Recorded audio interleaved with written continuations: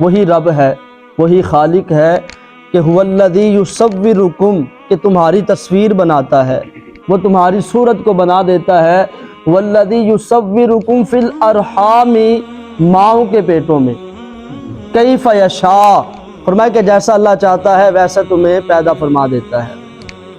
نبی پاک صلی اللہ علیہ وسلم نے فرمایا کہ جب تم میں سے کسی شخص کا مادہ تخلیق جب ماں کے پیٹ میں رکھا جاتا ہے تو 40 دن تک وہ ماں کے پیٹ میں نطفے کی شکل میں رکھا جاتا ہے۔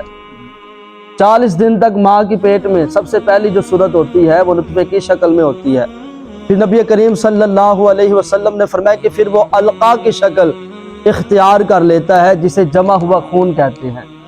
میرے نبی پاک صلی اللہ علیہ وسلم نے فرمایا کہ پھر نیکسٹ جو 40 دن ہوتے ہیں اس میں نبی کریم صلی اللہ علیہ وسلم نے فرمایا کہ یہ مدغہ کی شکل اختیار کر لیتا ہے، جسے گوشت کا ٹکڑا کہا جاتا ہے۔ پھر میرے نبی پاک صلی اللہ علیہ وسلم نے فرمایا کہ بڑی توجہ کے ساتھ فرمایا کہ اللہ تبارک و تعالی فرشتے کو حکم دیتا ہے، اے میرے فرشتے اب اس میں جان پھونک دے، روح ڈال دے۔ اور نبی کریم صلی اللہ علیہ وسلم نے فرمایا کہ 4 باتوں کا اللہ تبارک و تعالی اس فرشتے کو حکم دیتا ہے۔ سب سے پہلی بات نبی پاک صلی اللہ علیہ وسلم نے فرمایا کہ اللہ تعالیٰ اس کا رزق لکھ دیتا ہے۔ اب وہ اس دنیا میں آئے گا، کتنا عرصہ رہے گا، کتنی اس کے پاس دولت ہوگی، مال ہوگا، رزق ہوگا، سب کچھ نبی پاک صلی اللہ علیہ وسلم نے فرمایا کہ ماں کے پیٹ میں لکھ دیا جاتا ہے۔ اس کے بعد اس کی موت لکھ دی جاتی ہے۔ 50 سال جیے گا، 60 سال جیے گا، 70 سال جیے گا، جتنا عرصہ اس نے اس دنیا میں رہنا ہے۔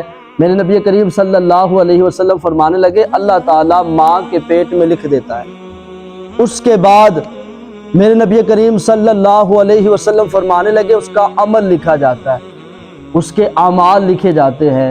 نمازی ہوگا، قرآن کی تلاوت کرنے والا ہوگا، اللہ کے راستے میں صدقہ و خیرات کرنے والا ہوگا، اس کے اعمال ماں کے پیٹ میں لکھ دیے جاتے ہیں۔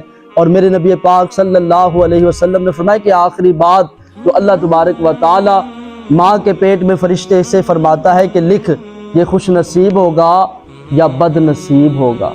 اب بڑی توجہ کے ساتھ سننا، یہاں پر نبی کریم صلی اللہ علیہ وسلم نے فرمایا کہ ایک شخص نیک اعمال کرتے رہتا ہے، نیک اعمال کرتے رہتا ہے، راتوں کو تہجد بھی ادا کرتا ہے، قرآن کی تلاوت بھی کرتا ہے، صدقہ و خیرات بھی کرتا ہے، لیکن اللہ کی خفیہ تدبیر اس پہ غالب آ جاتی ہے۔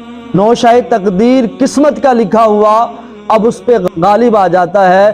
نبی کریم صلی اللہ علیہ وسلم نے فرمایا کہ یہاں تک کہ اس کے اور جنت کے درمیان صرف 1 ہاتھ کا فاصلہ رہ جاتا ہے، پھر اللہ کا لکھا ہوا غالب آتا ہے، اب وہ شخص جہنمیوں کے اعمال کرنے لگ جاتا ہے، اب وہ گناہ کرتا ہے، یہاں تک کہ اسے میرے محبوب فرمانے لگے اسے جہنم میں پھینک دیا جاتا ہے۔ پھر میرے نبی کریم صلی اللہ علیہ وسلم نے فرمایا کہ ایک شخص بظاہر گناہ گار ہے، اس نے ساری زندگی 50 سال گناہ کیے، لیکن اللہ کا لکھا ہوا نوشۂ تقدیر قسمت کا لکھا ہوا اللہ کا اس پہ غالب آ جاتا ہے، اب وہ نیک اعمال کرنے شروع کر دیتا ہے۔ فرمایا کہ اب وہ نمازیں ادا کرتا ہے، وہ اللہ کی بارگاہ میں آ کر رجوع کر لیتا ہے، اللہ مجھے معاف فرما، اللہ اس کے سارے گناہوں کو مٹا دیتا ہے اور اسے جنت میں داخل فرما دیتا ہے۔ اب یہاں پر ہمیں حکم دیا گیا کہ اللہ کی بارگاہ میں نمازوں پر، قرآن کی تلاوت پر کبھی بھی فرمایا کہ تکبر نہ کرنا، بلکہ ہمیشہ اللہ تعالیٰ کی خفیہ تدبیر سے ڈرنا اور اللہ تعالیٰ سے دعا مانگا کرے اللہ ہمیں اپنی خفیہ تدبیر سے محفوظ فرما، اللہ ہمیں ایمان پر موت عطا فرما۔ فرمایا کہ تمہیں نہیں پتا کہ تمہارے لیے اللہ نے کیا لکھا ہے، لیکن جب تمہارے دل کے اندر اللہ کا خوف ہوگا اللہ تبارک و تعالیٰ تمہیں جنت میں داخل فرما دے گا۔